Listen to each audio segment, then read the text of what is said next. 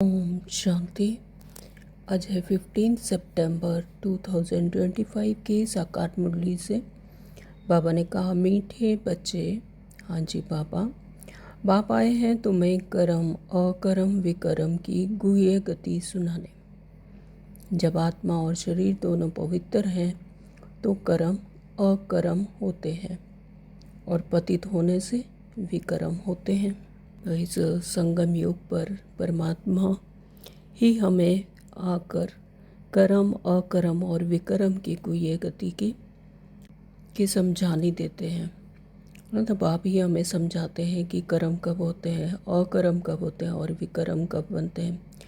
जब आत्मा अपने सोल कॉन्शियसनेस में होती है, सतयुग में हायर स्टेज पर होती है, तब वहाँ पर कोई भी कर्म बंधन नहीं बनते, है ना। अकर्म होते हैं, कोई भी हिसाब किताब नहीं बनता, क्योंकि हर एक आत्मा का एक ही तरह की स्टेज होती है, सभी आत्मिक स्मृति में होते हैं। तो कोई भी उनसे विकर्म नहीं होता, हिसाब किताब नहीं बनता। यानी जो कुछ भी कर रहे हैं वो अकर्म होते हैं, उनका कोई भी हिसाब किताब नहीं होता। फिर आते आते जब आत्मा द्वापर युग से जब देह भान में आ जाती है, तो फिर कोई भी कर्म करती है तो फिर उसके साथ साथ उसके हिसाब किताब भी बनता है, यानी विकर्म भी बनता है। हिसाब किताब चुकतू करना होता है बॉडी कॉन्शियसनेस में। जैसे उसे रोल मिला है उसके हिसाब से देह भान में आकर जो भी कर्म करते हैं तो उसका हिसाब किताब बनता है, यानी विकर्म बनते हैं। तो ये गुह्य गति सुनाते हैं बाबा। और यहाँ पर श्रेष्ठ कर्म, यहाँ पर अब संगम युग पर जब अपने आप की स्मृति आ जाती है, सत्य स्वरूप में रहकर जो कर्म करते हैं वो होते हैं श्रेष्ठ कर्म। यहाँ पर कर्म बनते हैं, यानी श्रेष्ठ कर्मों का श्रेष्ठ फल मिलता है। तो जब आत्मा और शरीर दोनों पवित्र हैं तो कर्म अकर्म होते हैं, है ना। जब आत्मिक स्मृति में होते हैं तो आत्मा और शरीर दोनों ही पवित्र होते हैं, तो शरीर से भी पवित्र रहकर ऐसे कर्म करते हैं, यानी श्रेष्ठ कर्म बनते हैं। तो बाबा कहते हैं कर्म और अकर्म होते हैं और पतित होने से विकर्म होते हैं। तो यानी जब अपने बॉडी कॉन्शियसनेस में आके कोई भी कर्म करते हैं तो वो विकर्म ही बनते हैं। बाबा कहते हैं उनका हिसाब किताब होता है, कर्म बंधन होते हैं, तो वो विकर्म होते हैं। प्रश्न किया है, आत्मा पर कट यानी जंक चढ़ने का कारण क्या है। कट चढ़ी हुई है तो उसकी निशानी क्या होगी। आत्मा पर कट चढ़ी हुई है, जैसे कि यहाँ स्थूल दुनिया में भी बाबा ने बताया था मुरली में कि जंग चढ़ी हुई जो सुई होती है, फिर वो चुंबक की तरफ उस कशिश नहीं होती, यानी परमात्मा की तरफ कशिश नहीं होती है ना, तो चुंबक की तरफ खींचा नहीं जाता। तो इसी तरह से आत्मा पर जंग चढ़ी हुई है। जब तक रोल कॉन्शियसनेस की, पांच तत्वों के शरीर की, बॉडी कॉन्शियसनेस की, अपने सत्य स्वरूप को ना जानने के कारण जो जंग चढ़ी हुई है, बाबा कहते हैं फिर कट चढ़ी हुई है तो विकारी बनते हैं। कट चढ़ने का कारण है विकार। पतित बनने से ही कट चढ़ती है। अगर अभी तक कट चढ़ी हुई है तो पुरानी दुनिया की कशिश होती रहेगी, है ना। अभी तक अगर बॉडी कॉन्शियसनेस में अपने स्थूल दुनिया में फंसे हुए हैं तो पुरानी दुनिया की कशिश होती रहेगी, इसी में ही लगे रहेंगे। ये दुनिया में ये कर लें, ये बना लें, ये खा लें, तो इसी तरह की पुरानी दुनिया की कशिश होती रहेगी। अगर अभी तक बाबा कहते हैं कि कट चढ़ी हुई है, आत्मिक स्मृति में नहीं है आत्मा, तो इस पुरानी दुनिया की ही कशिश होती रहेगी।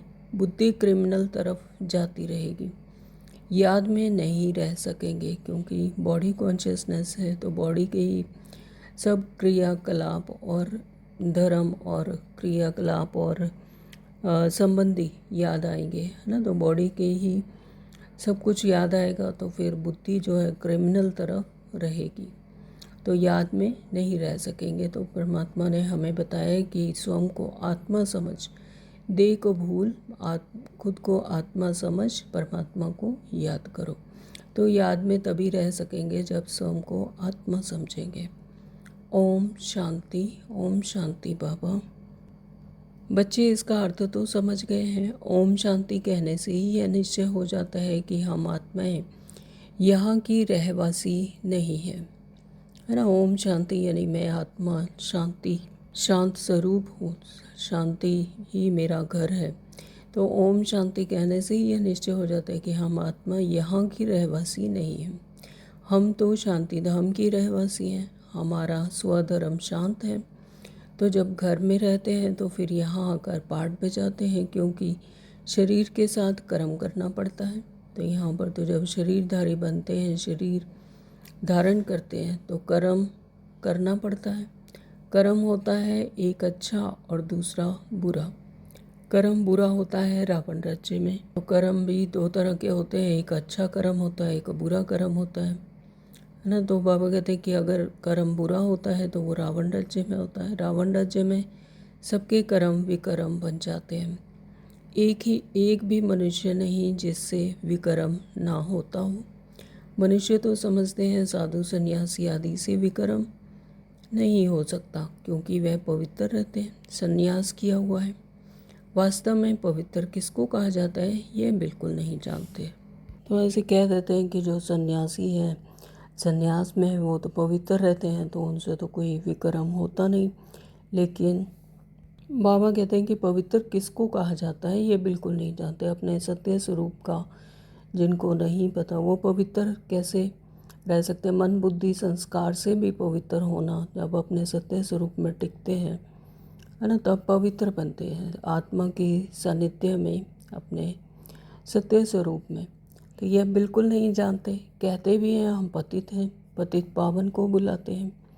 जब तक वह ना आए तब तक दुनिया पावन बन नहीं सकती है ना। तो पतित पावन एक परमात्मा ही है। जब वो आकर हमें ज्ञान देते हैं, आत्मा के सत्य स्वरूप में टिकती है, अपने सत्य स्वरूप को जानती है, अपने परमात्मा को जानती है, तब वो पावन बन सकती है।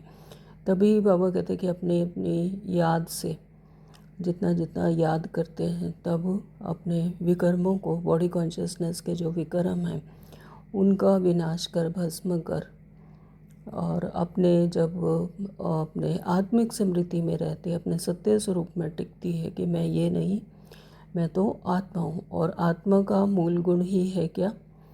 पवित्रता, है ना। तब पवित्र बन सकते हैं। तो बाबा कहते हैं कि जब तक वह ना आए तब तक दुनिया पावन बन नहीं सकती। यहाँ यह पतित पुरानी दुनिया है, इसलिए पावन दुनिया को याद करते हैं।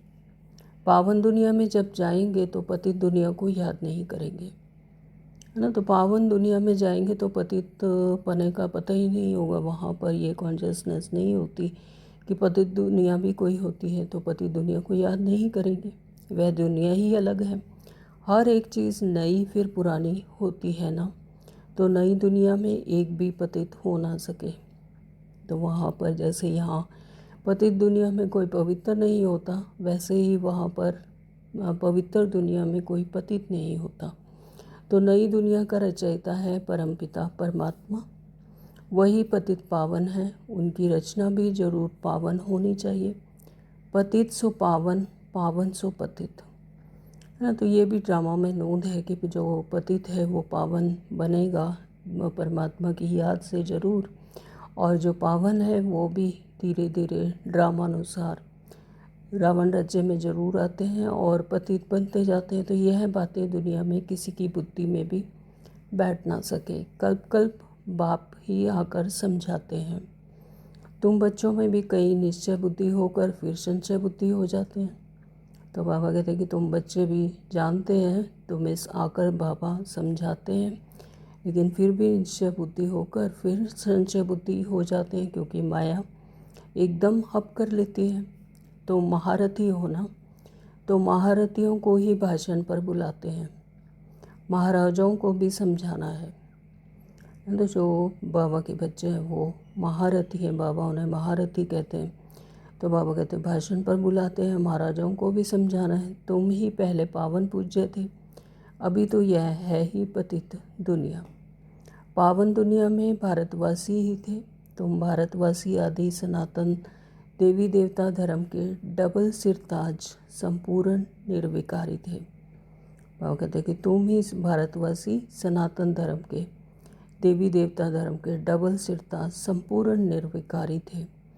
महारथियों को तो ऐसे समझाना होगा ना, तो इस नशे में समझाना होता है।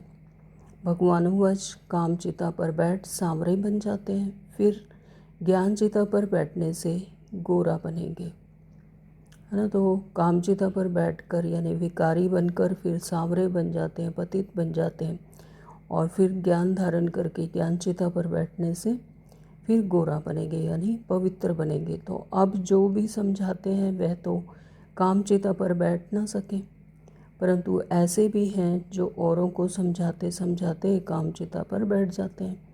तो आज यह समझाते कल विकार में गिर पड़ते हैं, है ना। तो माया बड़ी दुष्टर है। तो बाबा कहते ज्ञान में चलते चलते फिर खुद ही विकार में गिर जाते हैं। तो माया बड़ी ज़बरदस्त है, बात मत पूछो। औरों को समझाने वाले खुद कामचिता पर बैठ जाते हैं, फिर पछताते हैं यह क्या हुआ, बॉक्सिंग है ना। तो माया बड़ी दुष्टर है। प्रतिज्ञा कर और फिर गिरते हैं तो कितना 100 गुना दंड पड़ जाता है। तो वह तो जैसे शूद्र समान पतित हो गया, गाया भी हुआ है अमृत पीकर, फिर बाहर में जाए दूसरों को सताते थे, गंद करते थे। ताली 2 हाथ से बजती है, एक से तो बज ना सके, दोनों खराब हो जाते हैं। फिर कोई को समाचार देते हैं, कोई फिर लज्जा के मारे समाचार ही नहीं देते, समझते हैं कहाँ ब्राह्मण कुल में नाम बदनाम ना हो जाए। युद्ध में कोई हारते हैं तो कोई हाहाकार तो हाहाकार हो जाता है, अरे इतने बड़े पहलवान को भी गिरा दिया। ऐसे बहुत एक्सीडेंट होते हैं। तो माया बड़ी दुष्कर है। बाबा कहते एक बड़े से बड़े महारथी होते हैं ब्राह्मण कुल में, तो फिर उनको भी कई बार माया हरा देती है। तो बाबा कहते हैं अरे इतने बड़े पहलवान को भी गिरा दिया। ऐसे बहुत एक्सीडेंट होते हैं। माया थप्पड़ मारती है, बहुत बड़ी मंजिल है ना। अब तुम बच्चे समझाते हो जो सतो प्रधान गोरे थे, फिर वही कामचिता पर बैठने से काले तमो प्रधान बने हैं। तो राम को भी काला बनाते हैं, चित्र तो बहुतों के काले बनाते हैं, परंतु मुख्य की बात समझाई जाती है। यहाँ भी रामचंद्र का काला चित्र है, उनसे पूछना चाहिए काला क्यों बनाया है। कह देंगे यह तो ईश्वर की भावी, यह तो चलता आता है, क्यों होता है क्या होता है यह कुछ नहीं जानते।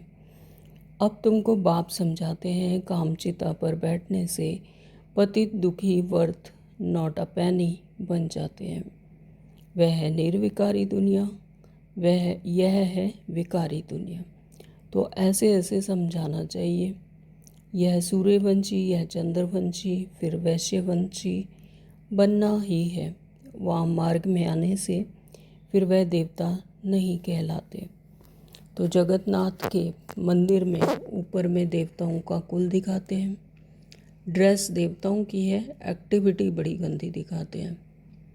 तो ऐसा जगन्नाथ के मंदिर में ऐसे देवताओं की ऐसी मूर्तियां बनी होंगी, तो बाबा उसके बारे में कह रहे हैं।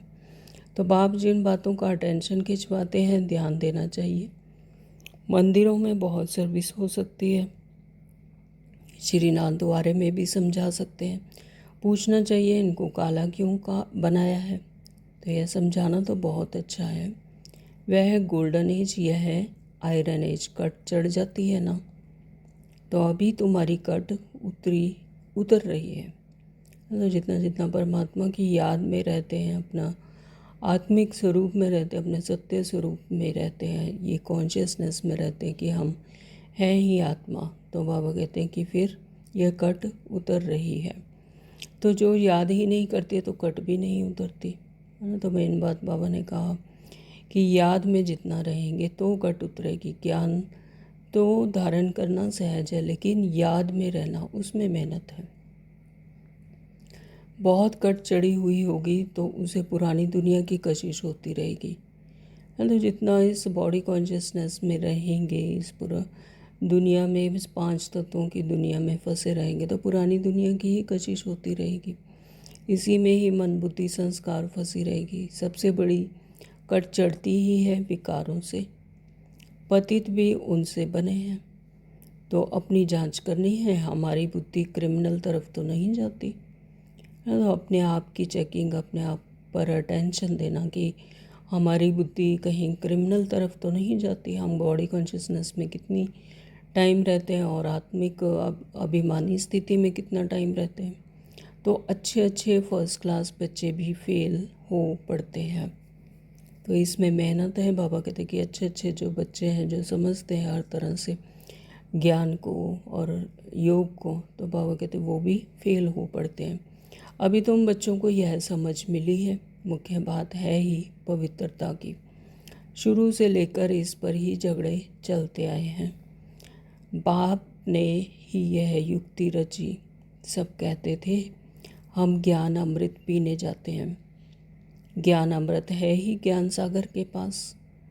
तो ज्ञान अमृत ज्ञान को कहा जाता है जो ज्ञान के सागर के पास ही है। परमात्मा ही ज्ञान के सागर हैं, उन्हीं से मिलता है ज्ञान अमृत। तो शास्त्र पढ़ने से तो कोई पतित से पावन बन नहीं सकते ना। तो शास्त्र किसने बनाए? मनुष्यों ने बनाए। बॉडी कॉन्शियसनेस में आके मनुष्य ने बनाए। तो उससे तो बाबा कहते कि शास्त्र पढ़ने से कोई पतित से पावन नहीं बन सकते। पावन बन फिर पावन दुनिया में जाना है। तो पावन बने बगैर तो नई दुनिया में, पावन दुनिया में कोई जा नहीं सकता। तो बाबा कहते पावन बन फिर पावन दुनिया में जाना है। यहाँ पावन बन फिर कहाँ जाएंगे? लोग समझते हैं फलाने ने मोक्ष को पाया। उनको क्या पता अगर मोक्ष को पा लिया फिर तो उनका क्रियाक्रम आदि भी नहीं कर सकते ना। अगर किसी ने एक मोक्ष को पा लिया तो उनका क्रियाक्रम भी कैसे कर सकते हैं? फिर यहाँ ज्योत आदि जगाते हैं कि उनको कोई तकलीफ़ ना हो, अंधियारे में ठोकरें ना खाएं। आत्मा तो एक शरीर छोड़ दूसरा जाकर ले लेती है। तो यहाँ पर जो कर्म कांड करते हैं, किसी ने शरीर छोड़ा तो फिर जो जगाते रहते हैं उनकी फ़ोटो लगा कर कि ऐसे समझते हैं कि कोई तकलीफ़ ना हो, आगे जा रहे होंगे तो अंधेरे में कहीं ठोकरे ना खाएं। लेकिन ये नहीं समझते कि आत्मा तो एक शरीर छोड़कर दूसरा ले लेती है। एक सेकंड की बात है, अंधेरा फिर कहाँ से आया? तो यह रस्म चली आती है। तुम भी करते थे, अब कुछ नहीं करते हो। तुम जानते हो शरीर तो मिट्टी हो गया, वहाँ ऐसी रस्म रिवाज होती नहीं। तो शरीर तो इस 5 तत्वों से बना हुआ यहीं पे मिट्टी हो जाता है, लेकिन आत्मा चली जाती है तो वहाँ ऐसी कोई रस्म रिवाज होती नहीं। कहाँ? सतयुग में। आजकल रिद्धि सिद्धि की बातों में कुछ रखा नहीं है। समझो कोई को पंख आ जाते हैं, उड़ने लगते हैं, फिर क्या? उससे फ़ायदा क्या मिलेगा? बाप तो कहते हैं मुझे याद करो तो विकर्म विनाश होंगे। तो मेन बात है कि अपने को जितना आत्मिक स्मृति में रहकर जितना जितना परमात्मा को याद करेंगे उतने विकर्म विनाश होंगे। तो इन रिद्धि सिद्धियों से कुछ नहीं होता। बाबा कहते हैं उससे क्या फ़ायदा होगा? अगर किसी को मान लो कि पंख भी आ जाते हैं, वो उड़ने लग गए है ना रिद्धि सिद्धियों से, तो लेकिन उससे फ़ायदा क्या मिला? ये शरीर तो फिर भी यहाँ पर विनाश होना ही है, तो उसका तो कोई फ़ायदा नहीं। तो यह योग अग्नि है जिससे पतित से पावन बनेंगे। नॉलेज से धन मिलता है और योग से एवर हेल्दी पवित्र, और ज्ञान से एवर वेल्दी धनवान बनते हैं, है ना। ज्ञान से एवर वेल्दी धनवान बनते हैं और योग से एवर हेल्दी। तो योगी की आयु हमेशा बड़ी होती है, भोगी की कम होती है। तो बाबा ने हमें मुरलियों में कितनी बार बताया कि योगी की आयु हमेशा ही बड़ी होती है। जो योग करते जाते हैं परमात्मा के सानिध्य में रहकर परमात्मा की याद में रहते हैं, तो आयु भी यहीं पर बड़ी हो जाती है, क्योंकि उसके हिसाब किताब बॉडी कॉन्शियसनेस के जो हैं वो ख़त्म होते जाते हैं, विकर्म विनाश हो जाते हैं। तो यानी उसको दोबारा कोई शरीर धारण करके अपना कर्म चुकतू करने के लिए नहीं जाना पड़ता। तो योगी की आयु यहीं पर हमेशा बड़ी होती है, भोगी की कम। श्री कृष्ण को योगेश्वर कहते हैं। ईश्वर की याद से कृष्ण बना है ना। श्री कृष्ण को योगेश्वर भी कहते हैं कि योगेश्वर यानी योग से वह कृष्ण बना। तो उनको स्वर्ग में योगेश्वर नहीं कहेंगे। तो स्वर्ग में तो इस बात की स्मृति ही नहीं रहेगी कि उन्होंने क्या संगम युग पर क्या पुरुषार्थ किया, तो यह विस्मृत हो जाता है। तो इसलिए वहाँ पर योगेश्वर नहीं कहेंगे, यहाँ पर कहते हैं। तो वह तो प्रिंस है, 5 जन्म में ऐसा कर्म किया है जिससे यह बना है। कर्म अकर्म विकर्म की गति भी बाप ने समझाई है। आधा कल्प है राम राज्य, आधा कल्प है रावण राज्य। विकार में जाना यह है सबसे बड़ा पाप। सब भाई बहन है ना, आत्माएं सब भाई भाई हैं, एक ही परमात्मा के संतान हैं सभी आत्माएं। इसलिए सभी आत्माएं क्या हैं, भाई भाई। और भगवान की संतान होकर फिर क्रिमिनल असॉल्ट कैसे करते हैं? तो हम बीके विकार में जा नहीं सकते। तो इस युक्ति से ही पवित्र रह सकते हैं। तुम जानते हो अभी रावण राज्य खत्म होता है, फिर हर एक आत्मा पवित्र बन जाती है। उसको कहा जाता है घर घर में सोच रहा। तो जैसे ही परमात्मा का ज्ञान मिला, परमात्मा का परिचय मिला, अपनी आत्मिक स्मृति आई कि हम हैं ही आत्मा, तो घर घर में सोच रहा हुआ, यानी प्रकाश हुआ, तो आत्मा पवित्र बनती जाती है। तुम्हारी जो जगी हुई है, ज्ञान का तीसरा नेत्र मिला है ना। ज्ञान से फिर तीसरा नेत्र यानी बुद्धि खुल जाती है, यानी अपना सत्य स्वरूप की स्मृति आती है। तो सतयुग में सब पवित्र ही रहते हैं। यह भी तुम अभी समझते हो। दूसरों को समझाने की बच्चों में नंबरवार ताकत रहती है, नंबरवार याद में रहते हैं। राजधानी कैसे स्थापन होती है, कोई की बुद्धि में यह नहीं होगा। तुम सेना होना जानते हो, याद के बल से पवित्र बन हम राजा रानी बन रहे हैं। फिर दूसरे जन्म में golden spoon in a mouth होगा। तो फिर बाबा कहते कि दूसरे जन्म में golden spoon in a mouth, यानी हर तरह का सुख सुविधा हर मिलेगी, बड़े घर में जन्म होगा। तो वहाँ इम्तिहान पास करने वाले मर्तबा भी बढ़ा पाते हैं। फ़र्क पड़ता है ना, तो जितनी पढ़ाई उतना सुख। तो यह तो भगवान पढ़ाते हैं। यह नशा चढ़ा हुआ रहना चाहिए। चोप चीनी यानी ताकत का माल मिलता है, तो भगवान बगैर ऐसा भगवान भगवती कौन बनाएंगे? तुम अभी पतित से पावन बन रहे हो, फिर जन्म जन्मांतर के लिए सुखी बन जाएंगे, ऊंच पद पाएंगे। पढ़ते पढ़ते फिर गंदे बन जाते हैं, है ना। पढ़ते पढ़ते जब अपने बॉडी कॉन्शियसनेस में आ जाते हैं, अपनी आत्मिक स्मृति भूल जाते हैं, आत्मा की स्थिति में रहना ही मेहनत है, तो जब वो भूल जाते हैं तो फिर बाबा कहते हैं कि गंदे बन जाते हैं। क्योंकि देह भान में आते ही फिर देह भान की कार्यक्रम करते करते फिर स्थूल दुनिया में फंस जाते हैं, माया घेर लेती है। तो देह अभिमान में आने से फिर ज्ञान का तीसरा नेत्र बंद हो जाता है ना। तो ये अंडरलाइन करने वाली बात है कि जैसे ही देह अभिमान में आए, देह भान में आए, तो बाबा कहते फिर ज्ञान का जो तीसरा नेत्र है वो बंद हो जाता है। तो जब अपने आत्मिक स्मृति में रहते हैं तो ज्ञान का तीसरा नेत्र खुला रहता है, और जैसे ही देह भान देह अभिमान में आए तो ज्ञान का तीसरा नेत्र बंद हो जाता है। माया बड़ी ज़बरदस्त है। बाप खुद कहते हैं बड़ी मेहनत है। मैं कितनी मेहनत करता हूँ ब्रह्मा के तन में आकर, लेकिन समझकर फिर भी कह देते हैं ऐसे थोड़ी ही हो सकता है। शिव बाबा आकर पढ़ाते हैं, हम नहीं मानते। एक्चुअली तो परम पिता परमात्मा ही करण करावनहार हैं, वही आकर पढ़ाते हैं, है ना। मनुष्य तो मनुष्य को नहीं पढ़ा सकते, तो शिव बाबा आकर खुद पढ़ाते हैं। तो बाबा कहते हैं कि कई बच्चे ऐसे हैं फिर ऐसे नहीं मानते कि हम नहीं मानते, यह चालाकी है, ऐसे भी बोल देते हैं। रजाई तो स्थापन हो ही जाएगी। कहते हैं ना, सच की बेड़ी हिलती है परंतु डूबती नहीं। कितने विघ्न पड़ते हैं। अच्छा, मीठे मीठे सिकलदे नूरे रतन, आज बाबा ने कहा है नूरे रतन, श्याम से सुंदर बनने वाली आत्माओं प्रति माता पिता बाप दादा का दिल व जान सिख व प्रेम से याद प्यार और गुड मॉर्निंग। रूहानी बाप की रूहानी बच्चों को नमस्ते। हम रूहानी बच्चों की रूहानी माता पिता बाप दादा को व जान सिख व प्रेम से याद प्यार गुड मॉर्निंग। नमस्ते जी, नमस्ते जी, नमस्ते जी। शुक्रिया बाबा, आपका दिल से बहुत शुक्रिया। धारणा के लिए मुख्य सार में नंबर 1, बाबा ने कहा योग की अग्नि से विकारों की कट जंग को उतारना है। अपनी जांच करनी है कि हमारी बुद्धि क्रिमिनल तरफ तो नहीं जाती है ना। तो योग की अग्नि से जितना जितना सदा की योग परमात्मा से, बुद्धि योग परमात्मा से लगा रहे, तो विकारों की कट जंग को उतारना है तो उतरती है।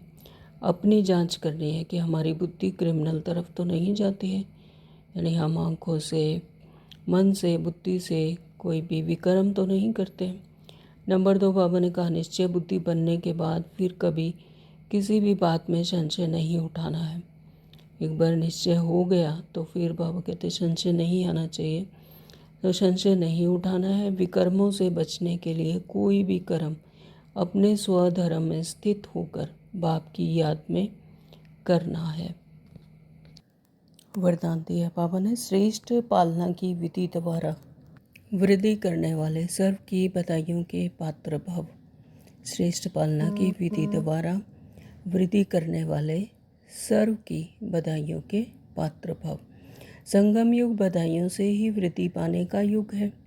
बाप की, परिवार की बधाइयों से ही आप बच्चे पल रहे हो। बधाइयों से ही नाचते गाते पलते उड़ते जा रहे हो। तो यह पालना भी वंडरफुल है। तो आप बच्चे भी बड़ी दिल से रहम की भावना से दाता बनकर हर घड़ी एक दो को बहुत अच्छा कह बधाइयाँ देते रहो। यही पालना की श्रेष्ठ विधि है। इस विधि से सर्व की पालना करते रहो तो बधाइयों के पात्र बन जाएंगे। तो जैसे बाबा हमें रोज़ बधाइयाँ देते, बाबा कहते आप बच्चे बाप की और परिवार की बधाइयों से आप बच्चे पल रहे हो, तो इसी तरह से आप बच्चे भी बड़ी दिल से रहम की भावना से दाता बनकर हर घड़ी एक दो को भी, जो भी सराउंडिंग आत्माएं हैं, उनको बहुत अच्छा कहकर उमंग उत्साह में लाओ, कह बधाइयाँ देते रहो। तो यही पालना की श्रेष्ठ विधि है। इस विधि से सबकी पालना करते रहो तो बधाइयों के पात्र बन जाएंगे। स्लोगन दिया बाबा ने, अपना सरल स्वभाव बना लेना यही समाधान स्वरूप बनने की सहज विधि है। सरल बन जाओ, तो जो जितना सरल होगा तो उसकी समस्याएं भी उतनी सरल होंगी, है ना। तो अपना सरल स्वभाव बना लेना, सरल बनना ही कठिन है, क्योंकि सरल स्वभाव बना लेना यही फिर क्या होगा, समाधान स्वरूप बनने की सहज विधि है। आज मातेश्वरी जी के अनमोल महावाक्य हैं, पुरुषार्थ और प्रारब्ध का बना हुआ अनादि ड्रामा। पुरुषार्थ और प्रारब्ध का बना हुआ अनादि ड्रामा। मातेश्वरी जी कहते हैं पुरुषार्थ और प्रारब्ध दो चीज़ें हैं। पुरुषार्थ से प्रारब्ध बनती है, तो यह अनादि सृष्टि का चक्र फिरता रहता है।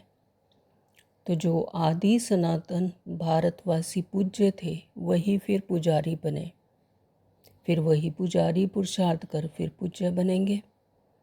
तो यह उतरना और चढ़ना अनादि ड्रामा का खेल बना हुआ है।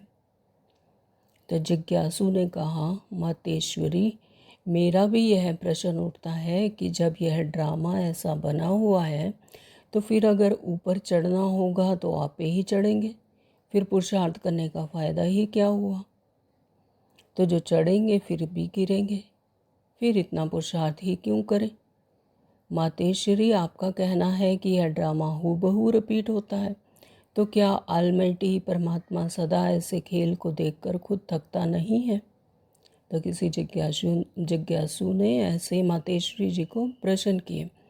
तो जैसे 4 ऋतुओं में सर्दी गर्मी आदि का फर्क रहता है, तो क्या इस खेल में फ़र्क नहीं पड़ेगा। तो मातेश्वरी जी ने जवाब दिया, बस यही तो खूबी है इस ड्रामा की, हूबहू रिपीट होता है। और इस ड्रामा में और भी खूबी है, जो रिपीट होते हुए भी नित्य नया लगता है। एक सेकंड न मिले दूसरे से, नित्य नया लगता है। पहले तो अपने को यह शिक्षा नहीं थी, लेकिन जब नॉलेज मिली है तो फिर जो भी सेकंड बाय सेकंड चलता है बल हूबहू कल्प पहले चलता है, परंतु जब उनको साक्षी होकर देखते हैं तो नित्य नया समझते हैं। अभी सुख दुख दोनों की पहचान मिल गई, इसलिए ऐसे नहीं समझना अगर फेल होना ही है तो फिर पढ़े ही क्यों। नहीं, फिर तो ऐसे भी समझे अगर खाना मिलना होगा तो आपे ही मिलेगा, फिर इतनी मेहनत कर कमाते ही क्यों हो। या ऐसा कहें कि एक छोटा बच्चा है ना, तो कि ड्रामा में होगा तो जी बड़ा हो जाएगा और ये होगी उसकी पालना हम क्यों करें। लेकिन ऐसा नहीं है, पालना तो करनी ही है, ड्रामा अनुसार वो पार्ट तो प्ले करना ही है, चलेगा ही। तो इसी तरह से बाबा कहते कि वैसे ही हम देख रहे हैं, जब चढ़ती कला का समय आया है, वही देवता घराना स्थापन हो रहा है, तो क्यों ना अभी ही वो सुख ले लें। जैसे देखो, अब कोई जज बनना चाहता है तो वह पुरुषार्थ करेगा, तब उस डिग्री को हासिल करेगा ना। अगर उसमें फेल हो गया तो मेहनत ही बर्बाद हो जाती है। परंतु इस अविनाशी ज्ञान में फिर ऐसा नहीं होता, जरा भी इस अविनाशी ज्ञान का विनाश नहीं होता है। तो यह ज्ञान क्या है? अविनाशी है, जो आत्मा में भरकर आगे भी जाती है ना, कल्प कल्प चलती है। तो वो बाबा कहते हैं कि अविनाशी ज्ञान का विनाश नहीं होता। करके इतना पुरुषार्थ ना कर दैवी रॉयल घराने में ना आवे, परंतु अगर कम पुरुषार्थ किया तो उस सतयुगी दैवी प्रजा में आ सकते हैं। परंतु पुरुषार्थ करना अवश्य है, क्योंकि पुरुषार्थ से ही प्रारब्ध बनेगी। बलिहारी पुरुषार्थ की ही गाई हुई है। यह ईश्वरीय नॉलेज सर्व मनुष्य आत्माओं के लिए है। ऐसा नहीं कि किसी खास मनुष्यों के लिए, सर्व के लिए, सर्व मनुष्य आत्माओं के लिए। पहले पहले तो अपने को एक मुख्य पॉइंट ख्याल में अवश्य रखनी है। जब इस मनुष्य सृष्टि झाड़ का बीज रूप परमात्मा है, तो उस परमात्मा द्वारा जो नॉलेज प्राप्त हो रही है वो सब मनुष्यों के लिए ज़रूरी है। सभी धर्म वालों को यह नॉलेज लेने का अधिकार है। बल हर एक धर्म की नॉलेज अपनी अपनी है, हर एक का शास्त्र अपना अपना है, हर एक की मत अपनी अपनी है, हर एक का संस्कार अपना अपना है, लेकिन यह नॉलेज सबके लिए है। भल वो इस ज्ञान को ना भी उठा सके, हमारे घराने में भी ना आवे, परंतु सबका पिता होने के कारण उनसे योग लगाने से फिर भी पवित्र अवश्य बनेंगे। तो इस पवित्रता के कारण अपने ही सेक्शन में पद अवश्य पाएंगे, क्योंकि योग को भी सभी मनुष्य मानते हैं। परंतु मनुष्य ऐसे कहते हैं कि हमें भी मुक्ति चाहिए, मगर सजाओं से छूट मुक्त होने की शक्ति भी इस योग द्वारा मिल सकती है। ओम शांति। आज के अव्यक्त इशारे हैं, आप लगन की अग्नि को प्रज्वलित कर योग को ज्वाला रूप बनाओ। आप बच्चों के पास पवित्रता की जो महान शक्ति है, यह श्रेष्ठ शक्ति ही अग्नि का काम करती है, जो सेकंड में विश्व के किचड़े को भस्म कर सकती है।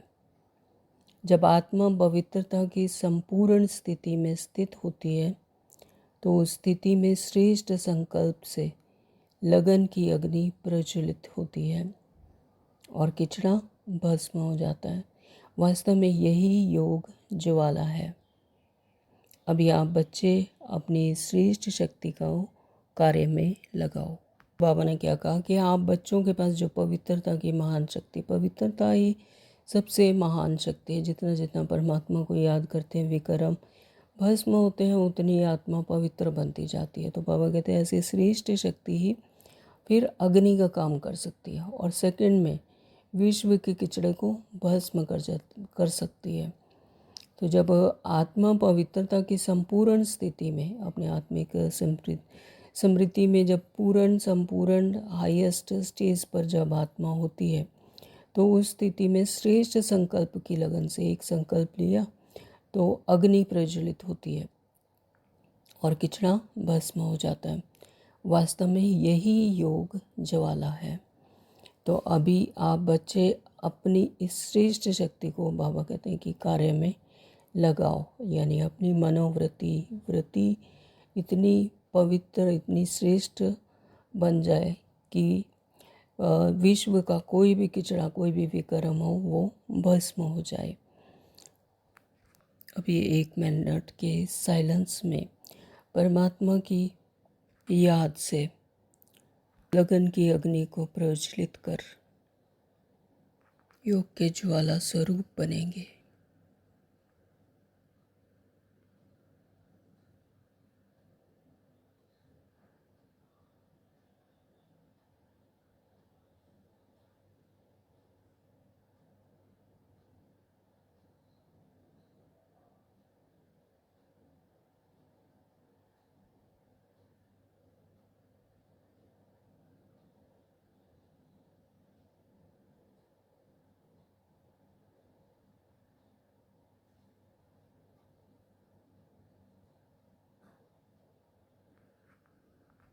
मैं आत्मा पवित्रता की संपूर्ण हायर स्टेज पर स्थित देवभान से डिटैच होकर बाप समान शक्ति की अग्नि श्रेष्ठ संकल्प की लगन से प्रज्वलित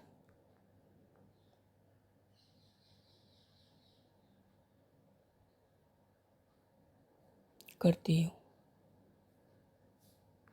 जिसमें विश्व का किचड़ा, विकर्म,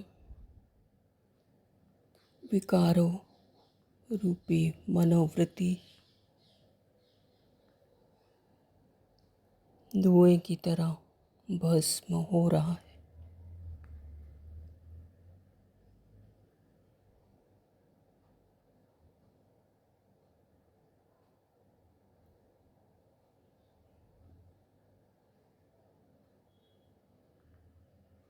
मैं आत्मा बाप समान पवित्रता की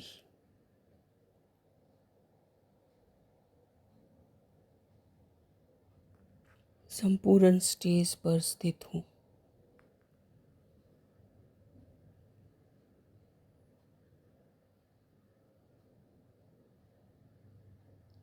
इस श्रेष्ठ संकल्प की हर एक आत्मा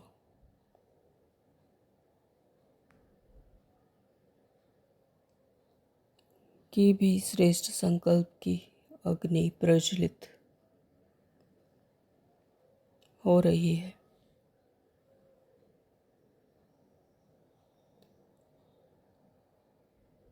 और वह सब भी अपनी पूर्ण पवित्रता की स्थिति में स्थित होकर विश्व के किचड़े को भस्म कर रहे हैं। वास्तव में यही योग ज्वाला है।